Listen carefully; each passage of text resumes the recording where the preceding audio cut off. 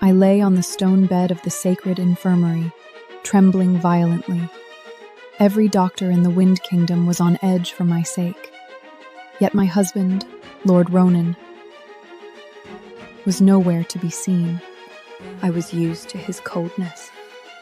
But at this moment, having gambled my life and burned my mana to bear this child, a ridiculous shred of hope still flickered in my heart. Years ago, when I was in a desperate situation, the young Ronan saved my life.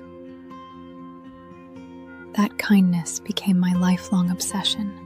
But he had no idea that I was the sole pure-blooded daughter of the High Elfin King. When I met with disaster in my youth, I was rescued by him, the lord of a mere mid-tier elfin kingdom. To repay that debt, I concealed my supreme identity, even using a forbidden ritual to seal away the radiant wings of nature on my back that symbolized supreme divine authority. I willingly became an ordinary female elf with no background, marrying into his territory. Under a false name for years, I remained gentle and submissive, using my own pure-blooded mana to nourish his family, all for a sliver of his affection. Yet, I could never warm a heart of stone. In Ronan's heart, there was only ever room for his first love, Vanessa. The agony intensified as the mana and bloodlines within my body surged in a violent reverse flow, but I held onto my last strength. Yet, all that arrived was a cold, ruthless message from a god. My lady, the Lord is busy with official matters and cannot come. Please deliver the child on your own, and do not delay the Lord's business. At that moment, a self-deprecating laugh escaped my lips.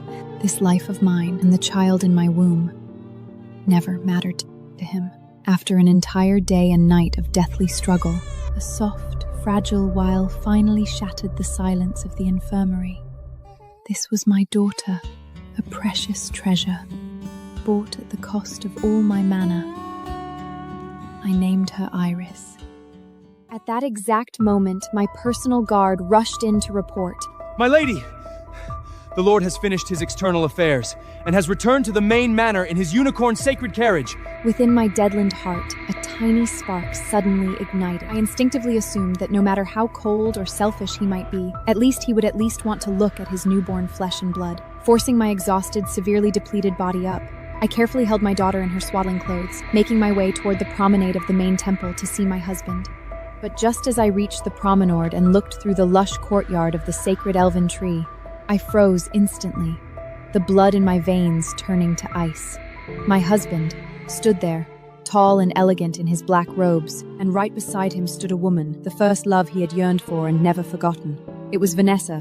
What struck me like a bolt from the blue was that in front of them stood a little elfin boy, roughly 3 years old, with long, pointed ears and a pair of eyes that flashed with a cunning disguised as innocence. Countless absurd possibilities flashed through my mind. My hands shook uncontrollably from shock and rage, but I forced myself to stand my ground, enduring the tearing pain of the postpartum mana reverse flow. Vanessa looked up and spotted me, her mouth curving into a flitting, provocative smirk. She intentionally leaned closer into Ronan's embrace, her voice soft yet dripping with malice.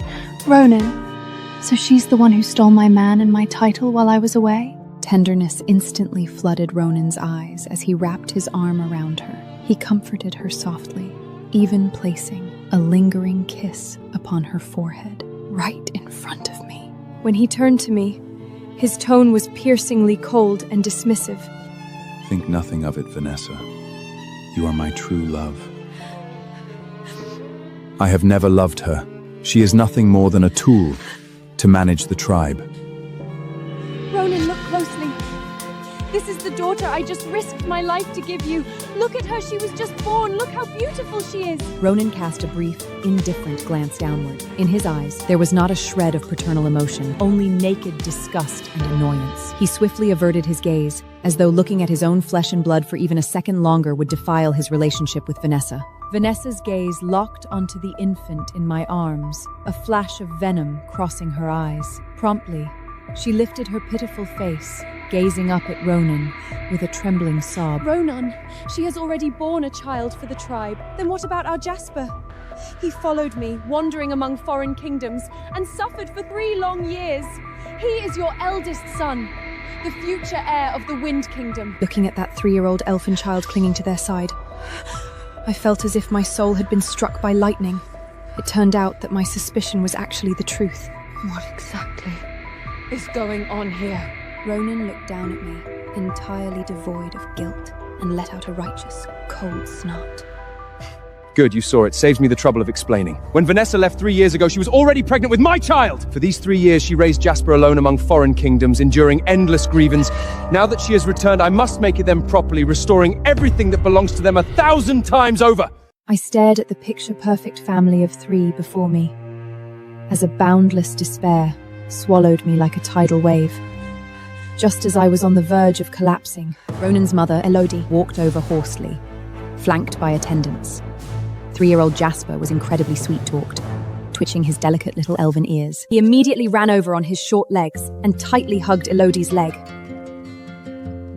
Grandma, I finally get to see you.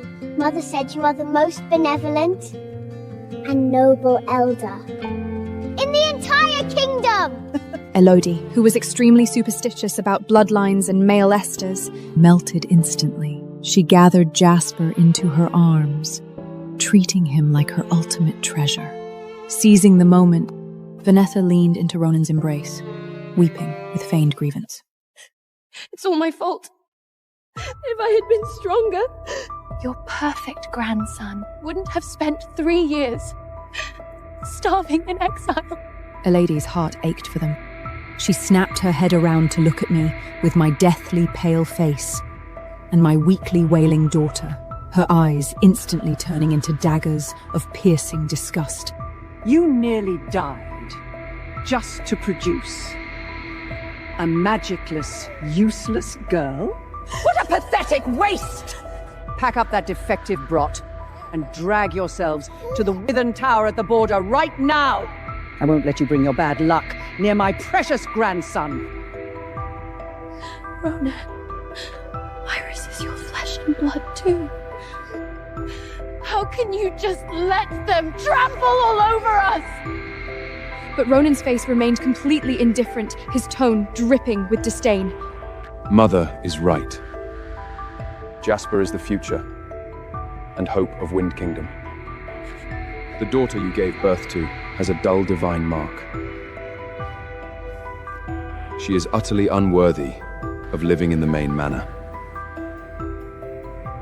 Going to the tower is your only option. Vanessa threw a provocative glance my way, squeezing her throat to spit out the most poison words. Loser.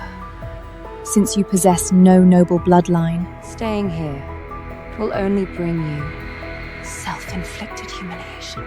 looking at their hypocritical, I clenched my fingers, and the very last ember of gratitude within me was completely extinguished. The cold wind wowled through the withered tower, a place that never saw a single ray of moonlight. I held my frail little daughter close, huddling in the corner of the freezing stone wall, having barely survived childbirth, and with my mana completely burned out. My chest felt as if it were being torn apart by 10,000 winds.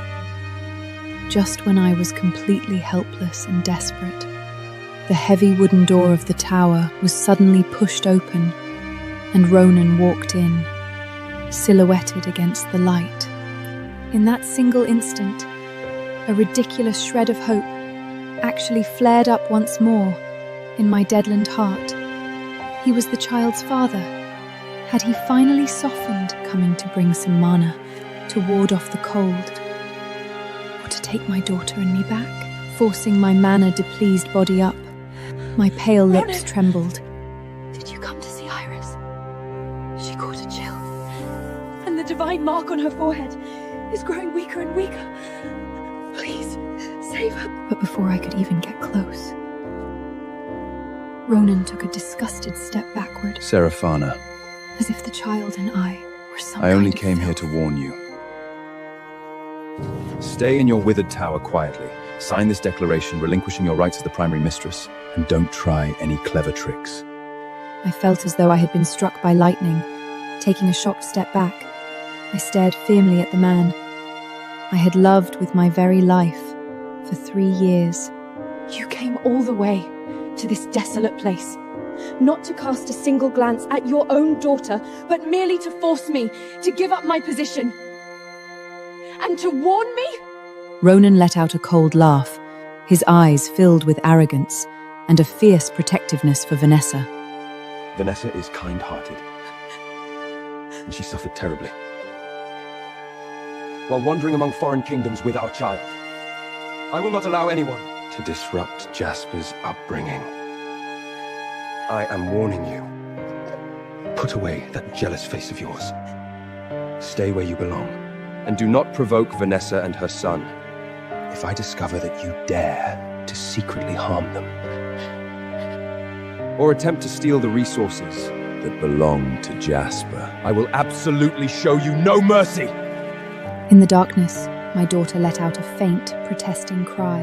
Ronan, however, did not bother to spare even a glance from the corner of his eye. He turned and departed resolutely, the heavy iron door slamming shut with a resounding thud.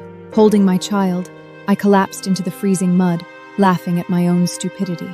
He came only to warn me. The night sky hung low as the freezing wind raged through the dead silence of the withered tower, preventing even a single slimmer of moonlight from penetrating the darkness. I had burned through the vast majority of my mana during childbirth. The magic within my body had completely dried up. I could only hold my little princess tightly in my arms, using my own faint body heat to provide warmth for my infant, who was running a continuous low fever inside her swaddling clothes.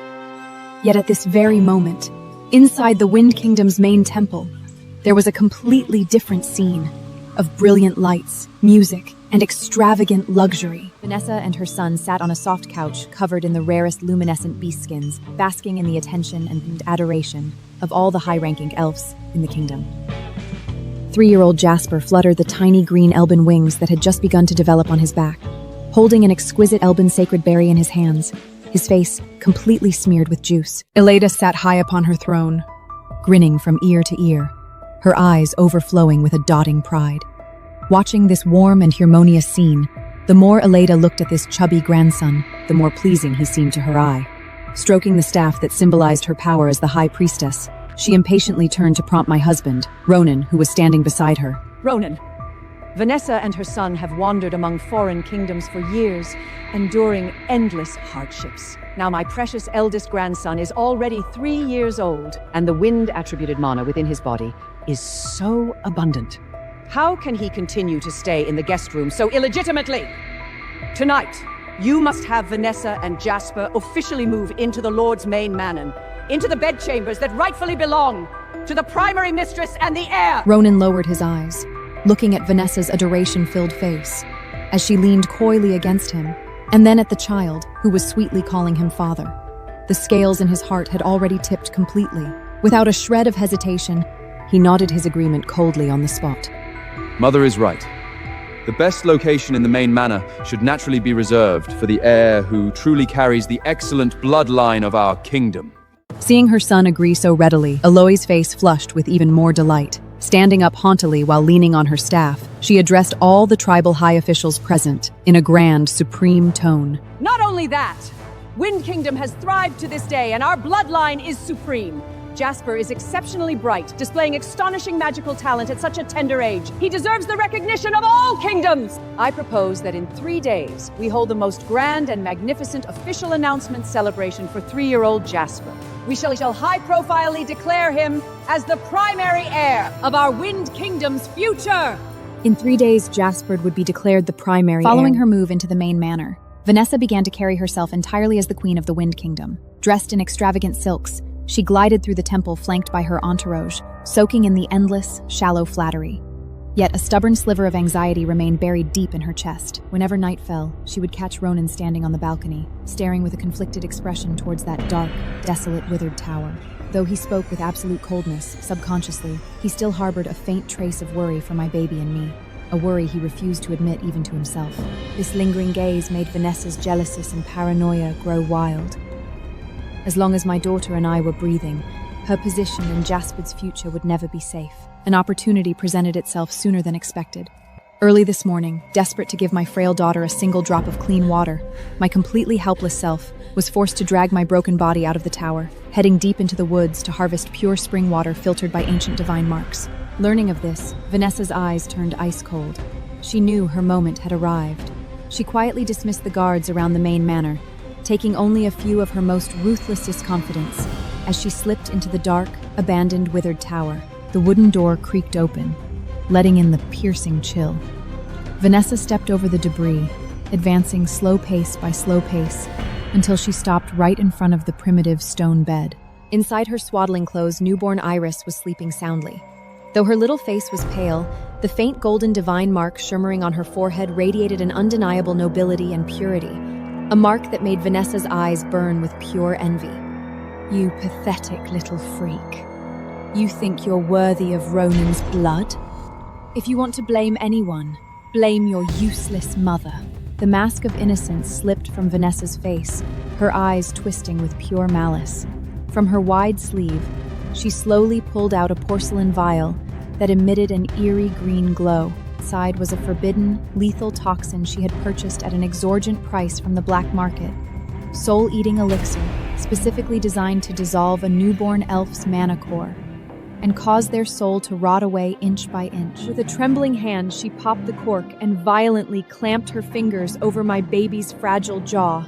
The sharp pain forced my sleeping princess to snap her eyes open, letting out a weak, agonizing cry. But Vanessa was entirely unfazed. With a distorted, demonic sneer, she forced the entire bottle of icy corrosive poison straight down my infant's tender throat. When I returned to the withered tower, thoroughly exhausted, and clutching that tiny container of pure spring water tightly to my chest, what greeted me was not the gentle sound of my daughter's breathing, but a deathly silence. My heart skipped a beat, and a boundless panic instantly seized me in a death grip. I practically crawled and scrambled my way toward that freezing stone bed. Iris. Mommy is back. The moment my trembling hands pulled back the swaddling clothes, the sight before me caused me to drop into an abyss of ice. Her originally pink little face was now completely white, even faintly tinged with an eerie, sickly green, deathly energy. What truly shattered my soul was that the faint golden elven divine mark on her forehead, which had been flickering softly, was now darkened across a massive area. Iris! Wake up. Look at Mommy. Don't scare Mommy. Sprinting once more toward the Wind Kingdom's infirmary. I slammed the infirmary doors open with immense force. The sitting doctor took one look at the infant in my arms, who was hanging on to life by a mere thread, and his face instantly changed color. His hands trembled as he probed the fluctuations within my daughter's body, his eyes filling with horror. Heavens! This is the forbidden poison that destroys the mana core! The child's natural core is withering away, inch by inch. She is in critical danger and will not survive past half a month. The doctor's words were like a massive hammer, smashing my heart to the point where I wished I could die on the spot. To suppress this aggressive toxin, we must immediately inject a powerful, compatible mana from her father's kingdom to protect her heart path. Otherwise... Trembling, I closed my eyes, disregarding any cost. I forcibly reversed the remaining essence within my body, frantically activating the soul transmission unique to the elven race, a connection never lightly opened unless it was a matter of life or death. Rowan, save our daughter! Save our daughter! From the other end, there was only a deathly silence, followed by a completely heartless rejection. Rowan had actually severed my soul transmission, treating my soul cry for hair entirely as nothing. Ronan! I beg you. Connect to me. Save Iris. I knelt on the freezing floor of the infirmary, sending out the soul transmission over and over again, even though maintaining it for every additional second brought a tearing, agonizing pain to my dried-up sea of consciousness. I refused to let go. At this moment, inside the Wind Kingdom's main manor, Ronan was patiently keeping Vanessa and her son company. 3-year-old Jasper, dressed in a luxurious outfit embroidered with green leaves and gold thread, was pulling back a delicate, short wooden monobow. When he hit the bullseye, it drew bursts of gasps and praise from the surrounding attendants, perhaps perturbed and annoyed by my weeping, blood-soaked pleas that continuously echoed in his mind like an act of self-mutilation after coldly cutting it off over a dozen times. Ronan finally accepted the connection. His phantom projection materialized in midair, looking down at my battered and wretched form from a great height, his eyes filled with absolute impatience and disgust. Seraphana, haven't you thrown enough of a tantrum? Is the soul transmission something you use as a prop to throw jealous fits? Ronan, no! Iris has been poisoned. Her mana core is about to shatter, and the doctor said we must have the compatible mana from your body immediately to protect her heart path. I beg you, come and see her. Poisoned? The moment Vanessa and Jasper move into the main house, you begin fabricating such an absurd lie. Are you trying to curse my heir? I am not lying! She is really about to die. Enough! I know you are resentful, because you gave birth to a daughter, and your position as the Lord's concord is insecure. But I am warning you, do not use a child as an excuse to disturb me. Jasper has to try on his robes for the dawn celebration in a moment. I have no time to play mad with you. Dropping these piercingly cold words, Ronan did not wait for me to utter another syllable before callously cutting off the soul transmission with a wave of his hand.